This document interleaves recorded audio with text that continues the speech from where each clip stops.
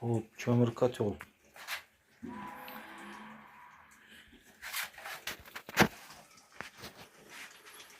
Kömür katyolunu obzor edecek edik. Usta bilan bo'lashacak edik. Bak, bu yere akkumulyator, источник, inverter короче o'rnatilgan.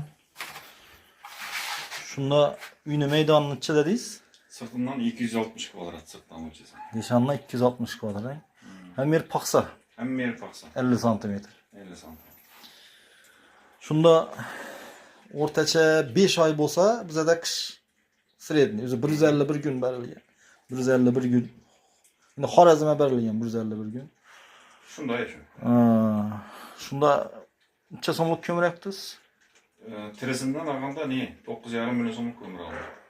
9,5 milyon so'mlik ko'mir 5 oyda. Kömür, yanda O'zbekistonning sarlangan kömürü, shunday kömürler. Aralash. Aralash. Shunda oyina grubi 2 milyondan tushib boradi. Ayamay yaqqandan da bu ya. Ayam yaqqan. Ekonomi bo'lmadi. Bir günde o'rtacha 2 marta zaprab ketasang doldurib. Sovuqlarda 3 marta. Qattiq sovuqlarda 3 marta. Lekin temperaturini tutib beradi, qishni polni chiqib beradi. Qishda. Radiator ham qaraydigan, radiatorni ko'proq qo'yish kerak ekanda. Radiatorning sonini. Sonni shu uydan belgilangandan ham 1-2 dona lishni qo'yish kerak ekanda. Endi zaposi bilan qo'yish kerak. Uydan balandligini ham qaraydigan. Timoxotlari.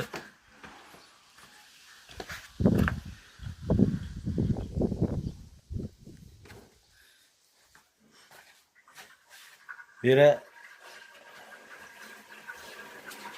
ne qilmadilarmi? Havo giradi on. Borchga. Borchga nima bor? Dimoxot tortadi, bu kislorod kerak-ku yanish uchun. Ha, buni ochib qo'yasiz. Bo'lmasa bu ham ochib turadi bu uyda ishlaydi. Endi uyda kislorod sorib tashlaydi deyman-da. Aslında kechasi bilan buni nesi yopib turadi mana. Ne ishlaydi-ku? Avtomatik mana u. Termoregulyatori.